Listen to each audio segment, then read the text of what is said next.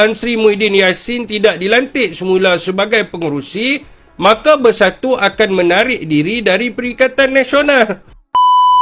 Assalamualaikum dan selamat sejahtera rakyat Malaysia.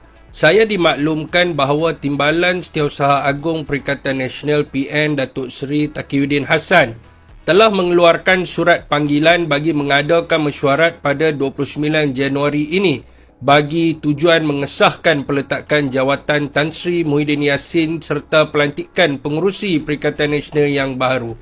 Namun ada pihak-pihak tertentu, khususnya di dalam Parti Bersatu yang tidak berpuas hati kerana Tan Sri Muhyiddin Yassin tidak dijemput bersama. Saudara dan saudari, yang pertama sekali, saya harap Tun Faisal ini merujuk kepada Perlembagaan Perikatan Nasional Pindaan 3 April 2021 as currently in force or updated dan bukannya Pindaan 1 tahun 2020.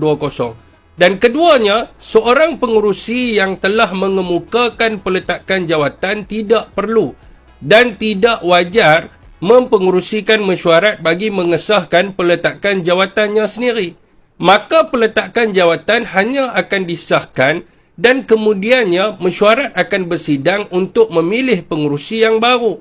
Dan yang ketiganya, rujukan kepada Fasal 8.3.2 bracket A yang menyatakan bahawa setiap parti anggota mesti melantik ketua parti masing-masing sebagai timbalan pengurusi majlis tertinggi adalah tafsiran lama sebelum Pindaan 2021. Dalam Pindaan yang terbaru, peruntukan tersebut dengan jelas menyebut bahawa setiap parti anggota hendaklah melantik seorang wakilnya untuk menjadi timbalan pengurusi majlis tertinggi. Selaras dengan peruntukan ini, Bersatu pada ketika itu telah melantik Datuk Seri Hamzah Zainuddin sebagai timbalan pengurusi Perikatan Nasional.